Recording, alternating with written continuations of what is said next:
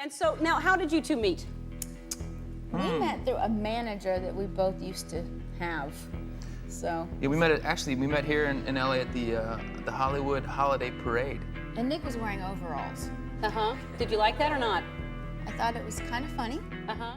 20 years is a long time to keep something locked away inside. For Nick Lachey, it's been 2 decades of silence, 2 decades of watching the narrative get written and rewritten by everyone except the one person who actually lived it. But at 52 years old, sitting down to reflect on his life, his career, and the marriage that defined a generation's understanding of love in the public eye, something shifted. The walls came down. And for the first time, he's being honest about what really happened between him and Jessica Simpson, and more importantly, why he didn't see it coming. The story everyone thinks they know starts with 2 pop stars and a reality show that changed television forever. That's the headline version. That's the version that fits neatly into the entertainment narrative we've been telling for decades. But the real story, the one Nick is finally willing to discuss, is far more complicated and far more human. It's a story about 2 young people who loved each other deeply, who were fundamentally incompatible in ways neither of them understood until it was too late, and who were being consumed by circumstances that neither had the maturity or experience to navigate. When Nick met Jessica Simpson in 1999, he was already established in the music industry. 98 Degrees had given him fame, credibility, and a certain standing in the world of entertainment. He was 28 years old when they married, confident in himself, secure in his position, and genuinely in love with this 22-year-old girl who had just released her debut album. By his own admission in recent interviews, Nick saw himself as the experienced one, the person who understood the pressures of fame because he'd already been living with them. He felt like he could protect her, guide her, be the steady presence in her life as she navigated the chaos of a newly launched career. What he didn't account for was how rapidly everything would change, and how that change would affect them differently. Jessica came from a religious, protected background. Her father managed her career. She had never lived independently or experienced the kind of freedom that comes with fame and earning power. She was, in her own description years later, still figuring out who she was as a person. And then suddenly, MTV came calling with an idea for a reality show, and everything accelerated in ways that nobody predicted. The show was supposed to be simple. A few episodes showcasing married life, a promotional vehicle for their music, a way to keep both their names relevant in the public conversation. Nick agreed to it thinking it would be a minor project, something that would enhance his brand without defining it. He couldn't have been more wrong. The Newlyweds premiered in August 2003, and immediately, the network realized they had something unprecedented. Millions of viewers tuned in every week, not just to watch a couple, but to watch Jessica Simpson become a television phenomenon. She had a quality that cameras loved, a spontaneity and warmth that felt authentic even when it was being carefully constructed. What made Jessica so magnetic, though, came with a cost that she's been transparent about discussing for years now. She deliberately played down her intelligence on camera. She made herself the punchline of the show, so that Nick could be the hero, the patient one, the knowledgeable one who had to explain things to his adorable but clueless wife. The famous moment with the chicken of the sea tuna can, where Jessica questioned whether it was chicken or fish, became the defining moment of her career for years. People couldn't let it go. It became the lens through which the public understood her, and it stuck to her like a permanent label. The dumb blonde became her brand, whether she wanted it or not. Nick has reflected on this dynamic recently, and there's something in his voice when he talks about it that suggests a kind of guilt. He understood what was happening, on some level. He could see Jessica performing, constructing a version of herself for the camera, but at the time, he was benefiting from it too. The show was good for him. It introduced him to audiences beyond the music world. It made him relatable. It showed him as a regular guy with patience and good humor. But while Jessica's career was skyrocketing because of the show, his was on a different trajectory entirely. Jessica was becoming a billion-dollar brand. She was launching a fashion line, landing acting roles, commanding endorsement deals. Nick was becoming a well-liked television personality, But the gap in earning power, in fame, in momentum was widening every single month. This imbalance was a kind of pressure that nobody talks about, but it was corrosive.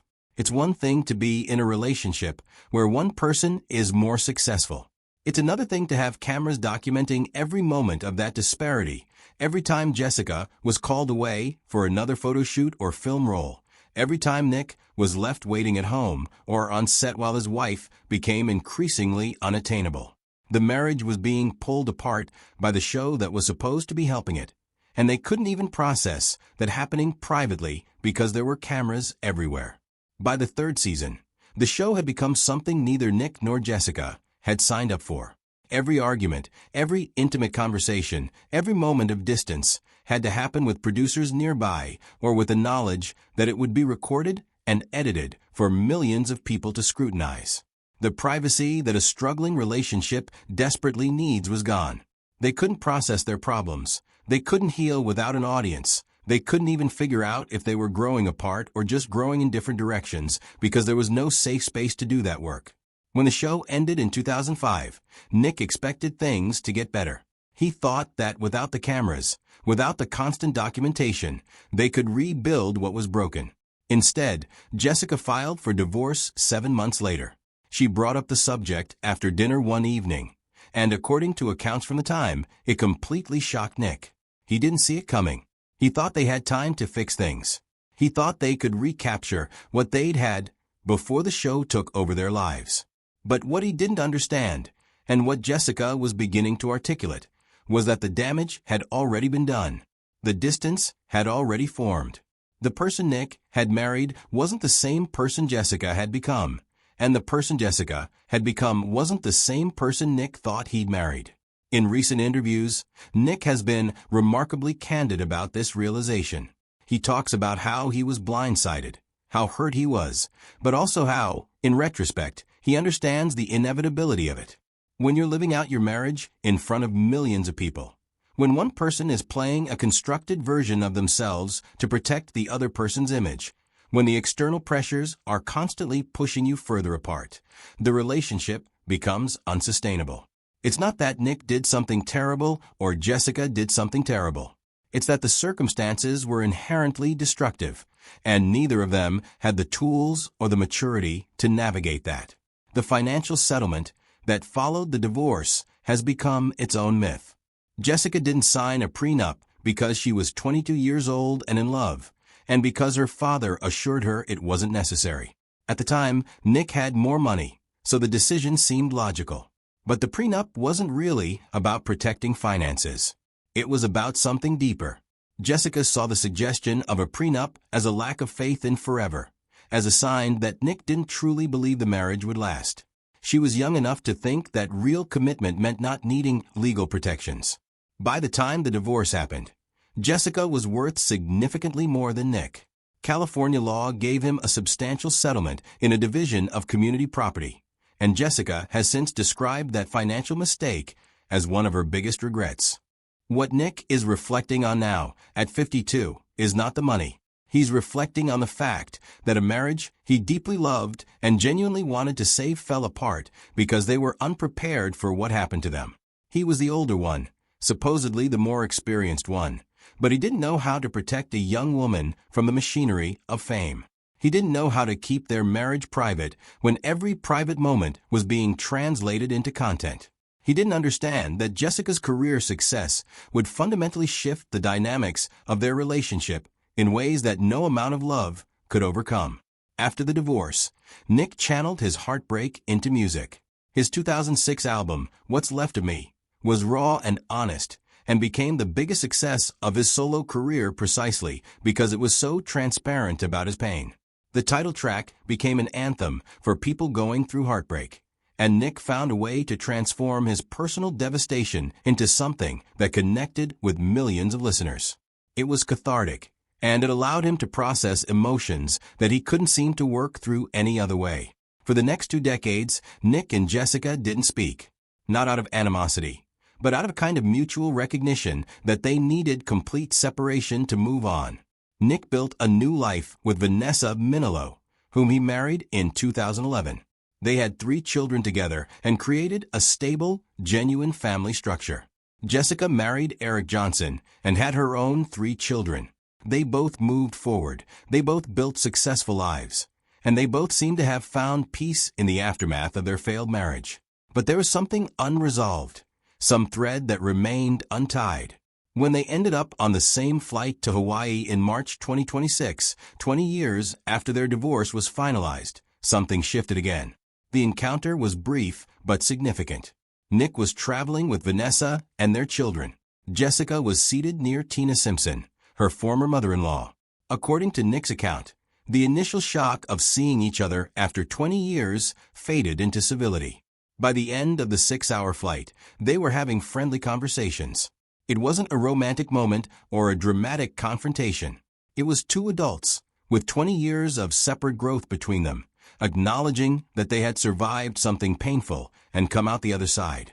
What Nick is saying now in his 50s is that the divorce wasn't a failure. It was a necessary ending that allowed both of them to become the people they were meant to become.